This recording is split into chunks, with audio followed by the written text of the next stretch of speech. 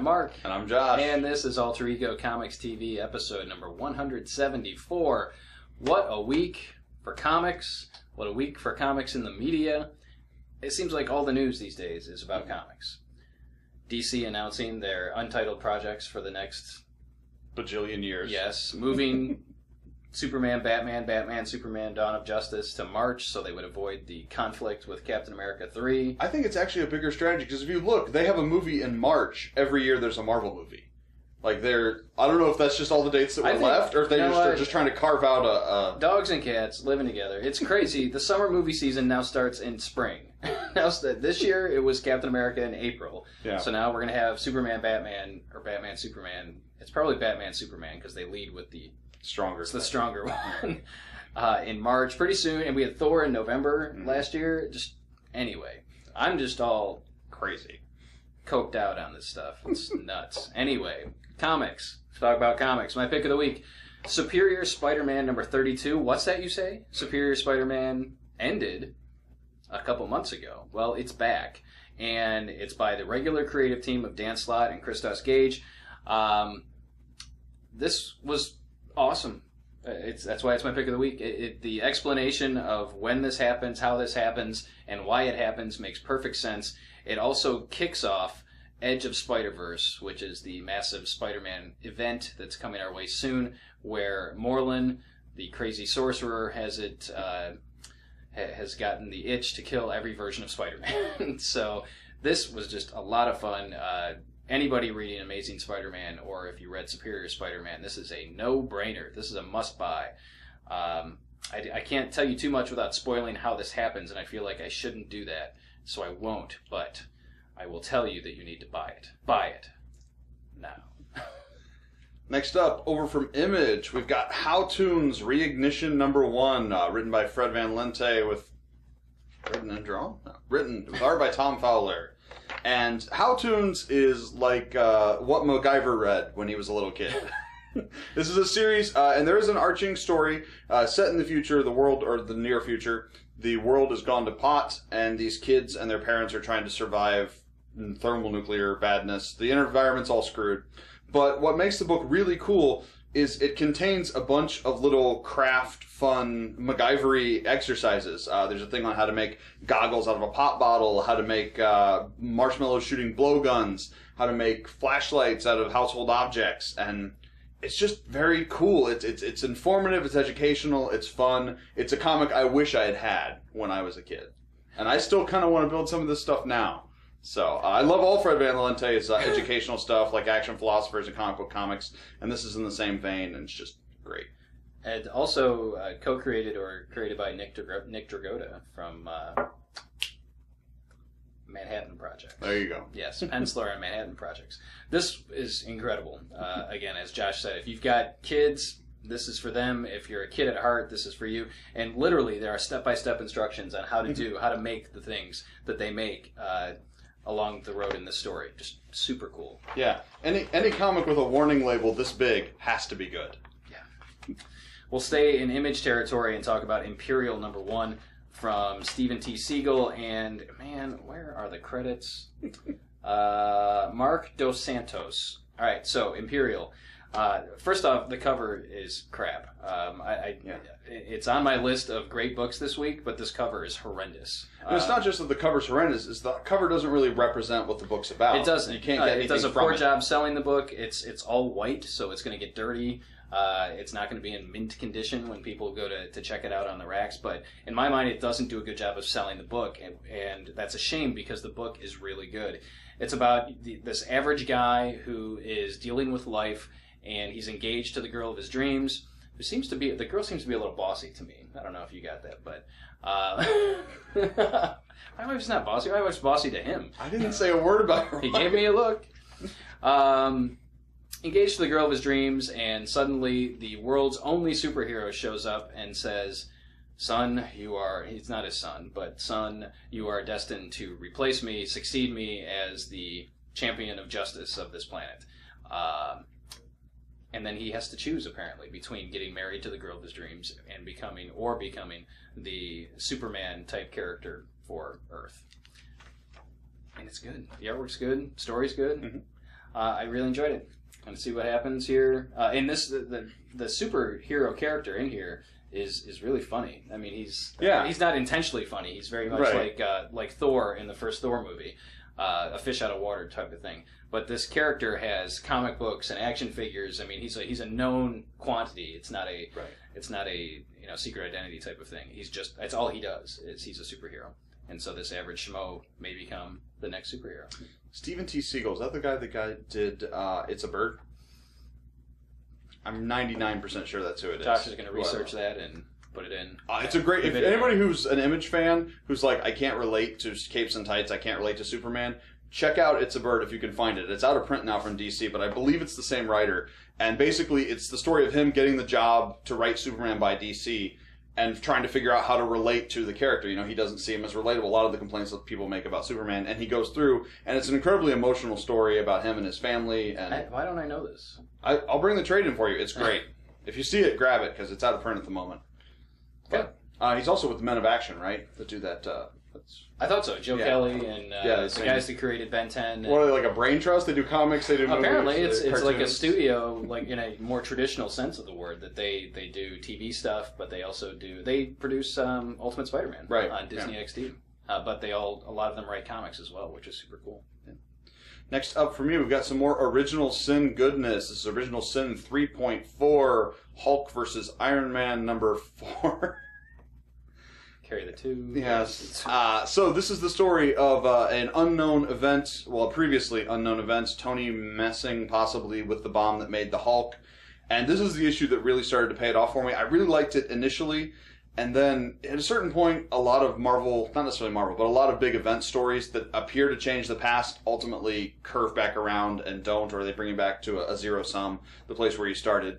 And this one didn't do that. It was very interesting to me. Really well written. It's a co-venture by Kieran Gillen and Mark Waid, who was on Hulk.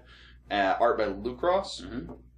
And it's just a lot of fun. If you love Iron Man or Hulk, if you like them from the movies, if you've been reading either of their regular series, you've got to check this book out. It's almost done. I believe there's one more issue. Or is this the last? I think this is the last issue. Is this last issue? Yeah. Okay. Yeah. But totally worth your time to check out Original Sin 3.4. Yeah, and I thoroughly enjoyed this series as well. I think it's going to have a lot of staying power, for people, as you said, who are interested in the characters from the movies. But if you were away from comics for one reason or another, I mean, nothing about these characters is really different from the way that they've been forever. Yeah. But it's really good. If you didn't pick up the single issues, get the trade, or get the single issues if you can find them. Finally, for me this week, Rocket Raccoon issue number 2. This is written and drawn by Scotty Young. Okay, so I liked the first issue. I really liked the second issue, and it's primarily because I've seen Guardians of the Galaxy, and I got to see the way Rocket Raccoon is portrayed on screen and voiced by Bradley Cooper. And reading this issue, that's what I had in my head. I had the film version of Rocket Raccoon, and this comic fits that to a T. Rocket, you can tell from the movie, he's not the most morally nice guy.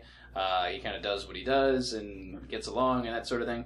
So there are a couple different storylines going here. First off, you've got Rocket, all of Rocket's past conquests, and by that I mean women, are kind of ganging up together to take down Rocket. But then there's also possibly another member of Rocket Raccoon's race who's running around out there murdering people.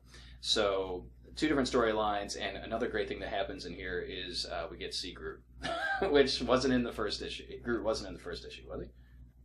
No, Groot was in the first issue. He was wrestling in the wrestling match, right? Wasn't Groot? I don't remember.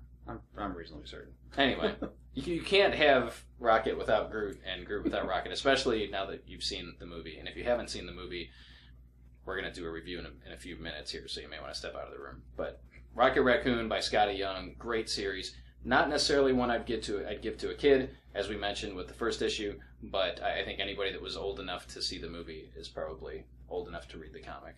Yeah.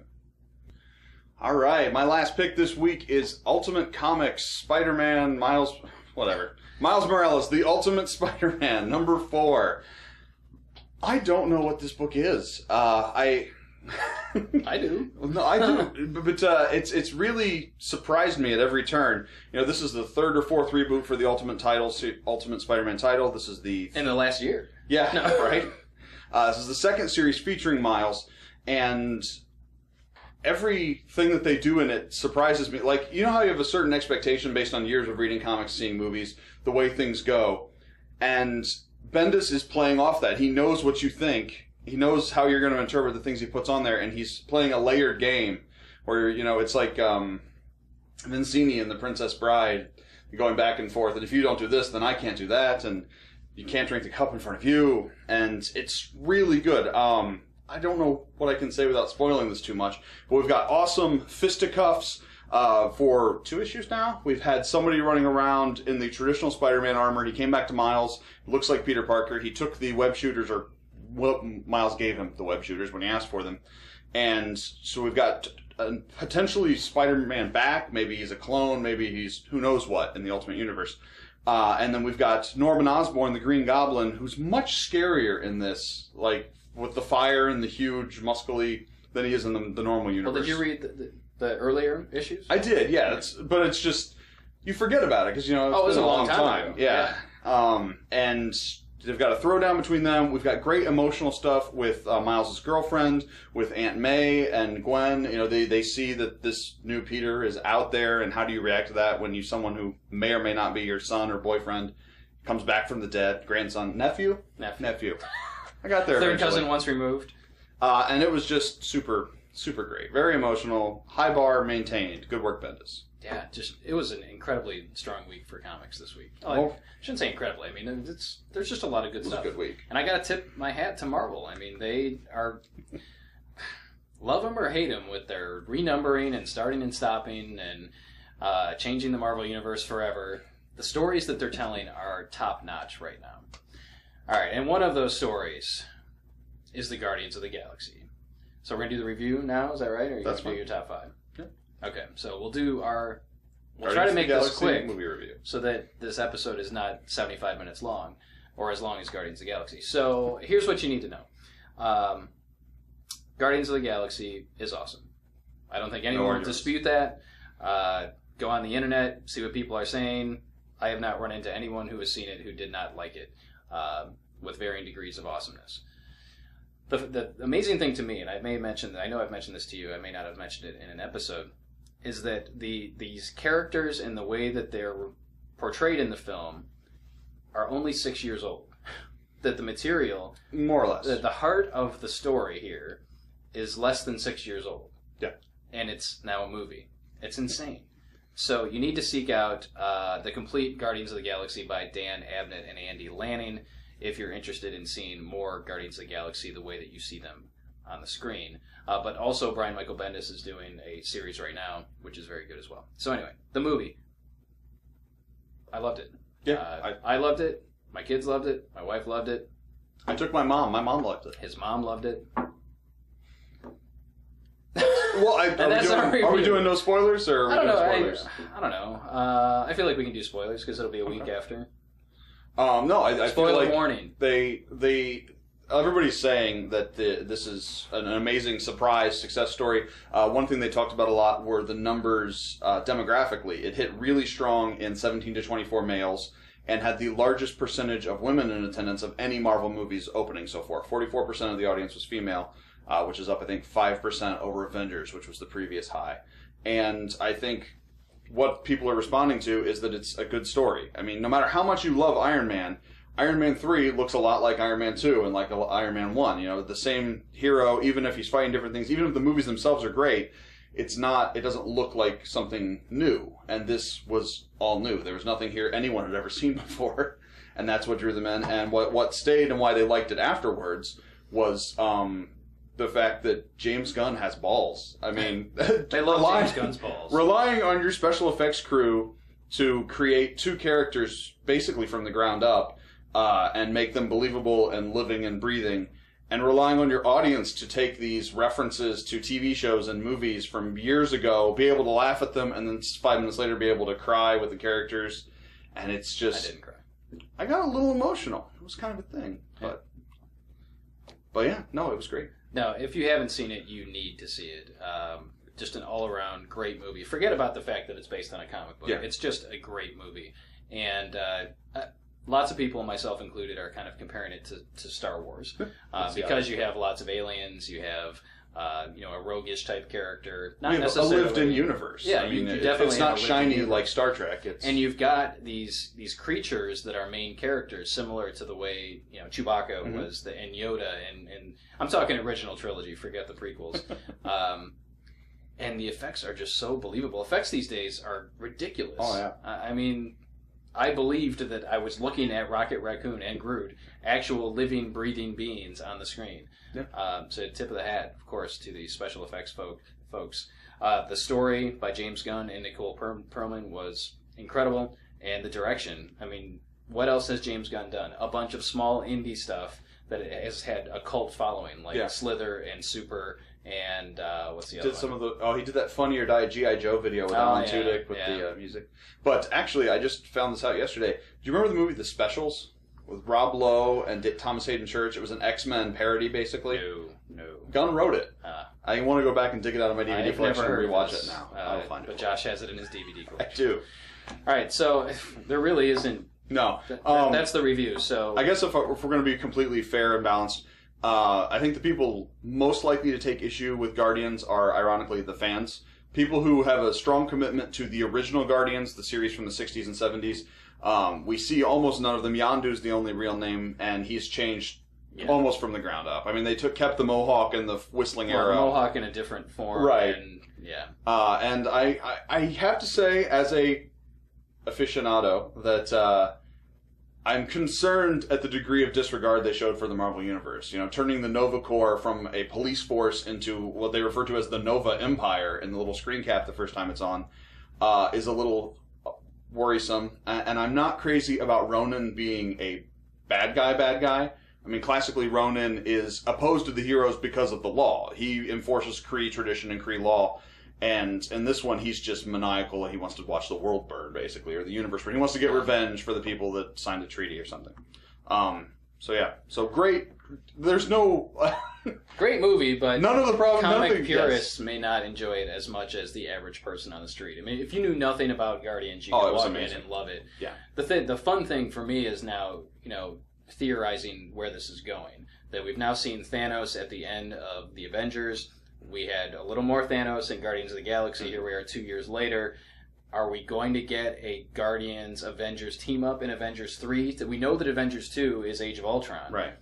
And I don't think that they're going to waste Thanos on Guardians 2 only.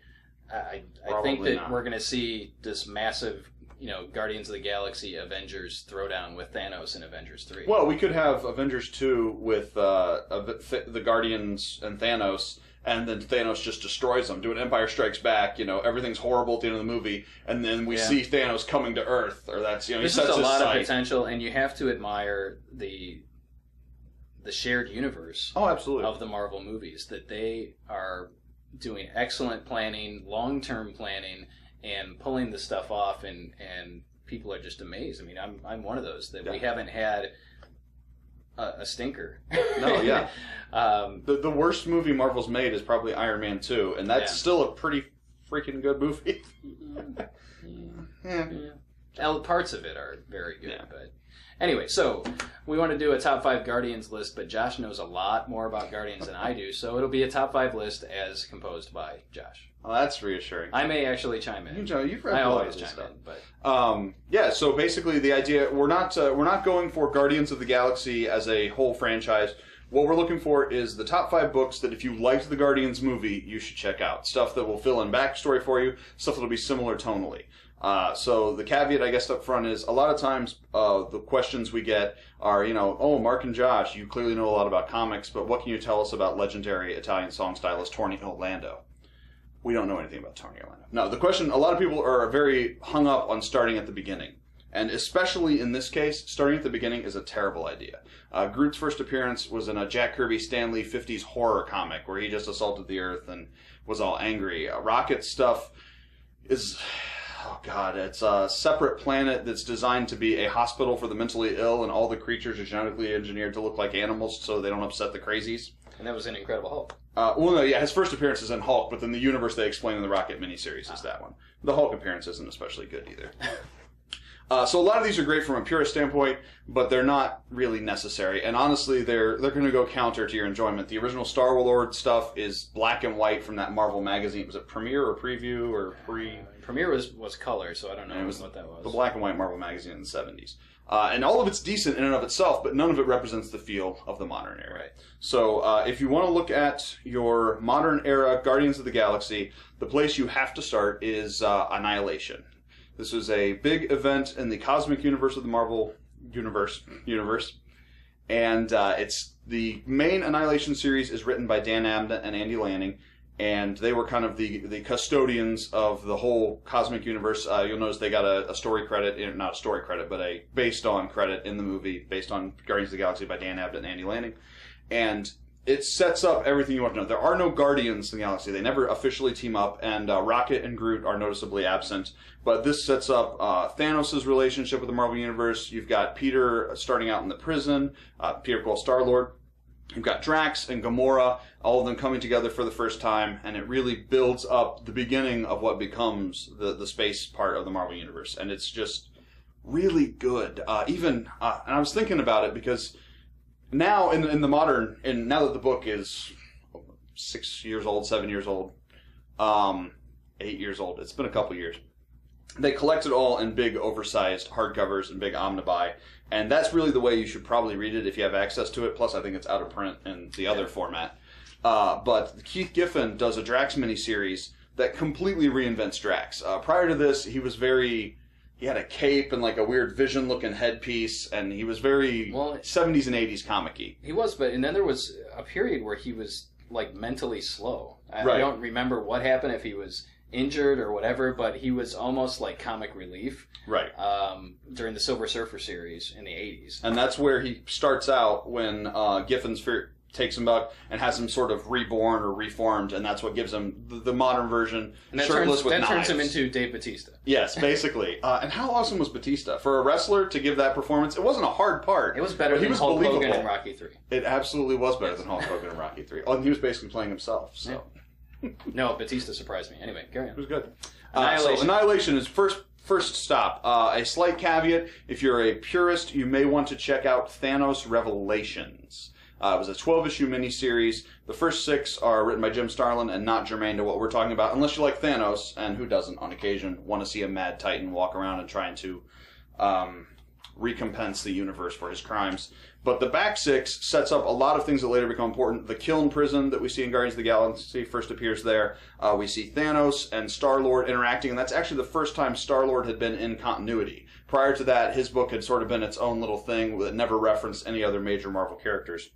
And that brought him into line with everything else. It also introduced him to Gladiator of the Shi'ar Empire, who figures in some of their later adventures. So that's a good, quick checkout. I can't give it a wholehearted recommendation, but if you like the Giffen stuff in the Drax series from Annihilation, he also did the last 6 issues of Thanos Revelation, so that's worth a look.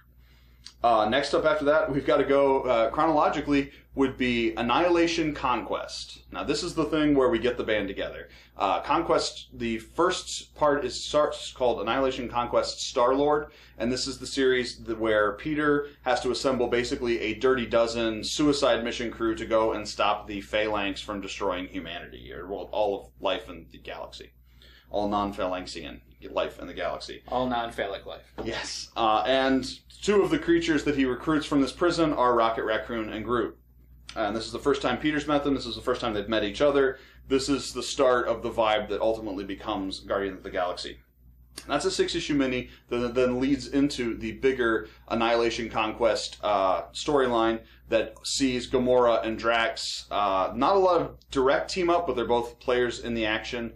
And this one's really great because we see the rebirth of Adam Warlock, which is for cosmic Marvel fans. If you liked Infinity Gauntlet and stuff, it's very cool. And it also gives us, we spend some time with every time, and I've read this a number of times, but it's always years between, I'm always surprised to remember the High Evolutionary shows up in there. Because he's he always seems like a dated character. He makes some cow people, or something like that. But just very cool. And I think the Phalanx are best known for the X-Men miniseries crossover event from the 90s. Covenant. Which always bugged me because basically they just become mech zombies. And wasn't that Self from the New Mutants? He was part of Warlock. Warlock, sorry. But same species. It's a split off thing. Yeah, and he does figure also into working with the Guardians and Nova primarily in Annihilation Conquest. But in that version, they became completely subsumed in the mechanical plague. So at that point, they become uninteresting to me because they don't have a personality. They don't care that they're hurting. They're like friends. the Borg. Yeah. Right. But in this version, what Abnett and Lanning did that I really liked is they understood that giving up the intelligence of a creature made it less effective at combat. So certain high-level people like Nova, Gamora, Drax, when they were taken by the Covenant, they still maintained their own mentality. They were twisted to their purpose. They were still basically evil, but they still thought and acted like themselves, which is much more interesting as a bad guy, and especially when you have heroes being conflicted. Just so much fun. That's 2 Annihilations, and after Annihilation 2, we get to the big boy, Guardians of the Galaxy. After Annihilation, Guardians of the Galaxy gets its own miniseries, or its own ongoing series that ran for 25 issues, and it was sort of the backbone of the cosmic universe. There were several crossovers afterwards, War of Kings and things like that, but they all wove in and out of Guardians of the Galaxy and Nova. And this is where the feel of the movie truly kicks off. You get Nowhere, you get Cosmo, who's the little Russian dog you saw running around in the movie, who I'm still upset did not have mind powers. Yeah. Maybe in the sequel. But the fact that he was in 2 scenes. Right? 3. When it was denied that he was going to be It wasn't denied, they just said watch the movie. Oh, I thought they said... Well, they might have denied it earlier. I thought James Gunn said there's no Cosmo earlier, but anyway. Doesn't matter. But yes. The Cosmo in the comimics is much cooler than the Cosmo in the movie. Well, yeah, we didn't see him do anything, so... maybe he gets the Mind Gem, and that's where he gets his mind powers. I don't know. They're not gems, they're stones, I guess. Which is a weird distinction that we don't know. What if the Shankra stones are... I don't know. The collectors. Well, did you see in the collector's thing that was also there in the Thor shot, Adam Warlock's cocoon? I did not see that. It also looks like a giant egg from Alien. The only thing I really saw in the collector's collection in Guardians was Chitauri. Mm-hmm. That was it. And those pink girls. Yeah. But anyway, carry on. Where are we? Guardians. We're still in Guardians. Complete Guardians of the Galaxy, Volume 1. Volume Uno. And this is the one where... Recently available again. Yes, just came out 2 weeks ago. The first 12 issues are in one one soft cover together. They'll continue with another soft cover, wrap up the whole run in 2 books. You read this. You like this? And I need to read it again. It's awesome. Yeah. I was never a big fan of Marvel Space. For me, Marvel was the New York heroes, everything happening planet-side for the most part. But it was kind of my job. I mean, this series came out when the store was open. So I did not read Annihilation, and I need to read Annihilation 1 and 2, but I read Guardians, and I read War of Kings and Realm of Kings, and everything that came afterwards, and it's all excellent, all top-notch stuff. If that stuff was published today, that would be what we would be talking about every week, because the space stuff, Nova and Guardians and those miniseries were all really, really good. And Guardians, where they kick the humor up considerably. Oh, yeah. But yeah, and let's see, that's 3. 4 would be the Thanos Imperative. After the end of the Guardians, basically the Guardians series ended with sort of a cliffhangery, downery, everything's horrible world. And so did the Nova series, and they both culminated in a big space finale called Thanos Imperative. Basically, an alternate universe where they call it the Cancerverse, where their avatar of death, which is what Thanos is at this point, is gone. So nothing dies. Things go on forever. And you have these twisted, creepy, evil versions of the Avengers called the Revengers. So you've got like weird, cancery Captain America, and they're all evil, and because so much has grown, they need somewhere to expand, and they're going to try to expand into our universe and displace us. And so what the core of the story is, you need to convince Thanos that he needs to go to this universe and become death there in order to stop it from breaking out. So you've got, trying to convince a genocidal megalomaniac to do the right thing, and you've got fun team-ups, and you've got the swan song of the cosmic universe, and that one's really poignant, and yeah, so good. So good. And that was the end of the cosmic universe until number 5, which is Brian Michael Bendis' Guardians of the Galaxy. How Sarah Pacelli drew it for a while. Who else is penciling on that? He's had a couple. Francesco Francavilla did a couple issues. That's right. But for the most part, it was Pacelli and maybe Steve McNiven did a couple issues in the beginning. I know he did the Star-Lord prologue, but carry on. Yeah, very cool. So this is where we are now. This is the current Guardians of the Galaxy, and I've enjoyed it like crazy. I have a love-hate relationship with the tail wagging the dog. A lot of times the movies influence the comics and vice versa, and it's not hard to look at this book and go, oh, well, they made a book based on what's going to be in the movie. I mean, it's the exact same lineup. They slapped Brian Bendis on it. But at the same token, some of my favorite books are like that. I mean, no one can say that Invincible Iron Man wasn't started because the Iron Man movie was a hit, and it's the greatest modern Iron Man story. And this is very similar. The lineup is influenced by who's in the movie, but the characterizations, Bendis's writing just really fits with this type of humor and the light tone of it. And I'm really excited to see where he goes with it. But so far, it's been awesome. So yeah, if you like Guardians, those are the 5 things you need to check out that will give you more of the James Gunny goodness. So there you have it. Our thoughts on lots of different things. The Guardians movie, the 5 places to go if you want to get into Guardians of the Galaxy comic books, and the creative output in comics is just, it blows my mind every week. I love that this is what I get to do. Turn people onto good stories, and there are so many good stories being told, whether you're talking about the creator-owned stuff or the company-owned stuff. Just so much cool stuff happening. So, all right, here we go. Google Hangout. We've brought it up a couple of times, and we've had people asking when are we going to do it. So we're going to do the first Alter Ego Comics Google Hangout on Friday, August 15th at 4 p.m. Eastern Time. So I haven't researched this a whole lot. We've done one Hangout, I think. But there is an Alter Ego Comics Google Place. Well, tell you what, we'll put a link in the notes here on this video where you can go to hopefully sign on with us for the Google Plus Hangout. And that will be basically a live review show. So we'll have books that we want to talk about. You guys can offer your 2 cents. We're doing it on a Friday afternoon, so if you get to the shop on Wednesday, you have Wednesday, Thursday, and part of Friday to read your books and participate with us, and include some of your comments as well. So we're shooting for 4 p.m. Eastern Time on Friday, August 15th. And again, look in the notes below for more details on that. As always, thank you for watching. Share this with your friends and loved ones and relatives so we can get our viewership up. Subscribe if you haven't subscribed already, and we'll see you next time.